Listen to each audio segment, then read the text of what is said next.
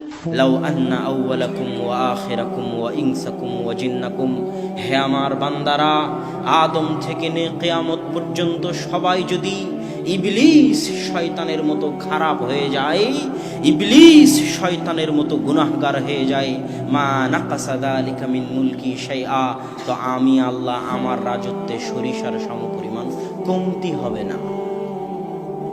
আল্লাহু আকবার। কত বড় কথা আল্লাহ সুবহানাহু ওয়া তাআলার।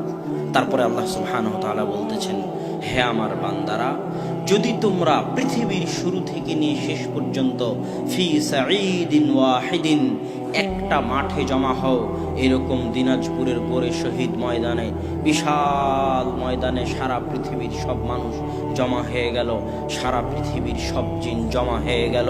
তারপরে কি, ফাসাআলুনি ফাআতাইতু কুল্লাকুম মাসআলাতাকুম, তারপরে তোমরা সকলে যার যা চাওয়ার আমার নিকটে তাই চাইলে।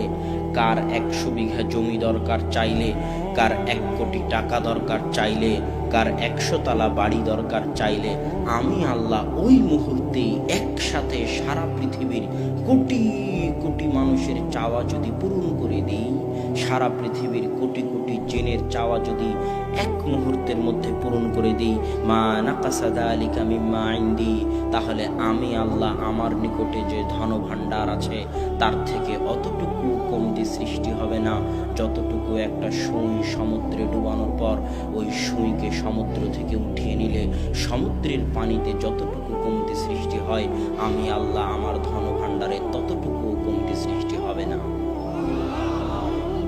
এই একটা হাদিস আপনার হেদায়েতের জন্য যথেষ্ট। হাদিস বলে কি বুঝাতে চাইলাম, যে আল্লাহর ঠেকা পড়েনি যে আল্লাহর আপনার ইবাদতের দরকার, ঠেকা আপনার পড়েছে। দান আপনাকে করতে হবে, ঠেকা আপনার পড়েছে। আপনি যদি বাঁচতে চান, পরকালে কিছু নিয়ে যেতে চান, যদি বুদ্ধিমান হতে চান, মূর্খ না হতে চান, পাগল না হতে চান, বোকা না হতে চান, তাহলে ঠেকা আপনার পড়েছে। ইবাদত করে, দান সাদাকা করে কিছু নিয়ে যান, পরকালের জন্য কিছু সংগ্রহ করে যান। দুনিয়ার ব্যাংক ব্যালেন্সের টাকা জমা করলে নির্দিষ্ট হারে সুদ বাড়বে, নির্দিষ্ট হারে মুনাফা বাড়বে, আর আল্লাহর ব্যাংক ব্যালেন্সের টাকা জমা করলে কত হারে বাড়বে সেটা আপনি হিসাবও করতে পারবেন না। কোথায় 1 টাকা দান করেছিলেন, কিয়ামতের মাঠে দেখবেন এটা কত কোটি হয়ে বসে আছে, কত হাজার কোটি হয়ে বসে আছে, আপনি কল্পনাও করতে পারবেন না। আল্লাহর ব্যাংকে টাকা জমা করলে আল্লাহ সেটাকে বেহিসাব বাড়িয়ে দেন।